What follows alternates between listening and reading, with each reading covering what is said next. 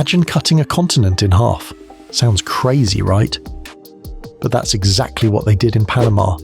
The Panama Canal is one of the greatest engineering works of all time, and its history is filled with drama, death, bankruptcy, and epic triumphs. Today you'll discover how thousands of people died trying to build the impossible, and how medicine saved engineering. Get ready to learn the story of the canal that changed the world forever. Panama sits at the narrowest point of the Americas, separating the Atlantic Ocean from the Pacific. But between the two oceans lies a mountain range covered in dense, impenetrable jungle. Before the canal, ships had to sail around the entire South America, a journey of over 20,000 kilometers that took months. The idea of a canal would save weeks of travel and millions in costs. But there was a problem. Building there seemed impossible. For centuries, explorers dreamed of a passage between the oceans. The Spanish tried to find routes in the 16th century, but Panama was always considered the ideal location for being the narrowest point. Only 80 kilometers separated the oceans there. The problem was everything in between. Solid rock mountains, raging rivers, deadly diseases, torrential rains, and suffocating heat. The jungle was so dense that some explorers disappeared without a trace. It was literally a green hell. In 1881, the French decided to face the challenge. Ferdinand de Lesseps, the man who had built the Suez Canal in Egypt, was confident. For him, Panama would be just another project. Lesseps was a world celebrity, treated as a hero in France. He raised millions of francs from excited investors and promised to finish the work in 8 years. His plan was simple: a sea-level canal without locks, cutting straight through the mountains. On paper, it seemed perfect. But reality would be very different. As soon as work began, the real enemy revealed itself: disease. Yellow fever and malaria began killing workers by the thousands. At that time, no one knew that mosquitoes transmitted these diseases. French hospitals even placed bed legs inside water containers to avoid ants, not realizing they were creating perfect breeding grounds for mosquitoes. Every day, dozens of men died. Cemeteries became overcrowded. Workers fled in terror. Some who arrived by ship returned on the same boat upon seeing the situation. Panama had become a death trap. Meanwhile, the engineering was also failing. Constant tropical rains caused gigantic landslides that buried months of work in minutes. The rock was harder than expected. Machines broke down in the heat and humidity. Lesseps' plan for a sea-level canal was simply impossible. It would require excavating much deeper than any technology of the time allowed.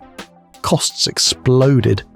In 1889, after 8 years of attempts and 20,000 dead, the French company went completely bankrupt. It was one of the biggest financial disasters in history. The dream was buried along with the bodies. For 15 years, the abandoned canal rotted in the jungle. Machines rusted, buildings collapsed, and nature began reclaiming the land. But in 1904, the United States decided to try.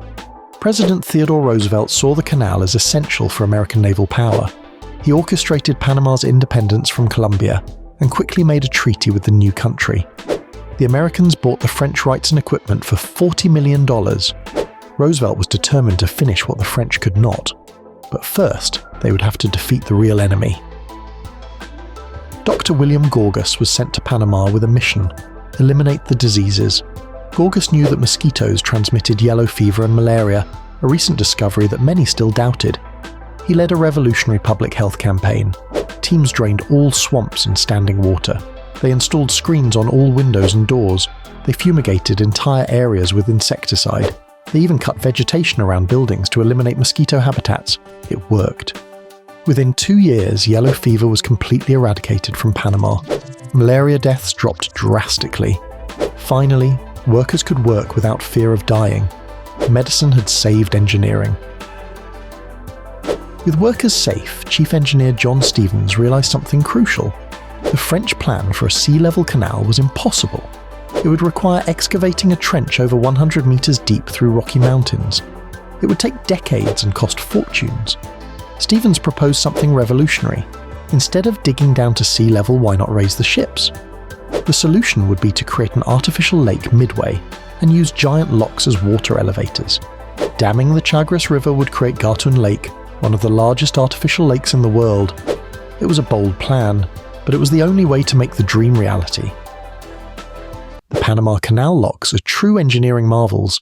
Each lock is a gigantic concrete chamber, 305 meters long, 33 meters wide, and over 20 meters deep. To build them, millions of tons of concrete were needed, more than any structure ever built at the time. The steel gates are over 2 meters thick and weigh 650 tons each. But despite their colossal size, they're so perfectly balanced that a single 40 horsepower electric motor can move them. The system works by gravity. Water flows between chambers without pumps, just by opening and closing giant valves. Crossing the canal is a precise choreography.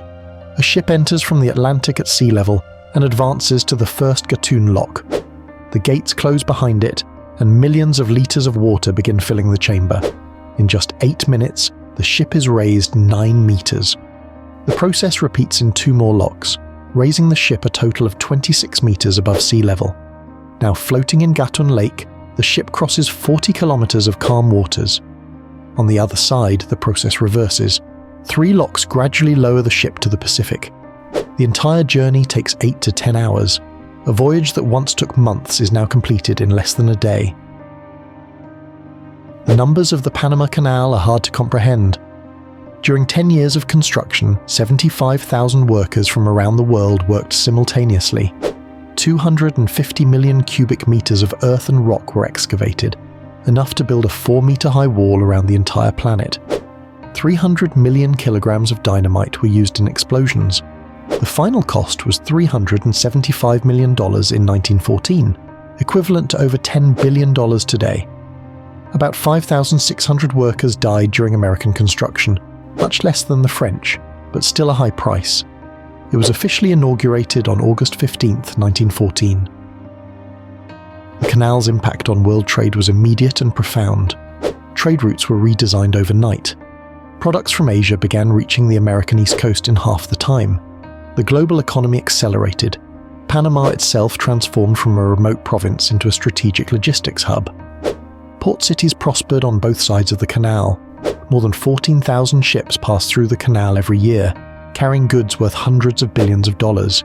Each ship pays hundreds of thousands of dollars in tolls, generating billions in annual revenue for Panama. The canal literally connected the world in a way that had never been possible before. But over time, ships began getting bigger. By the end of the 20th century, enormous modern container ships simply no longer fit in the original locks. The canal was becoming obsolete. In 2007, Panama initiated an ambitious project: build a new set of even larger locks. After 9 years of work and $5 billion invested, the new locks were inaugurated in 2016. They're 40% wider and 60% longer, allowing passage of so-called Neo-Panamax ships, giants that carry up to 14,000 containers at once.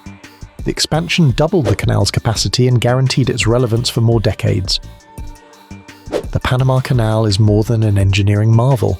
It's a testament to humanity's capacity to overcome the impossible. Thousands of lives were lost, entire fortunes disappeared, but human persistence won. Today, this 82-kilometer corridor remains one of the planet's most important passages, moving the global economy every day. If you enjoyed this incredible story, leave your like, comment what you thought, and subscribe to the channel for more fascinating curiosities. See you in the next video.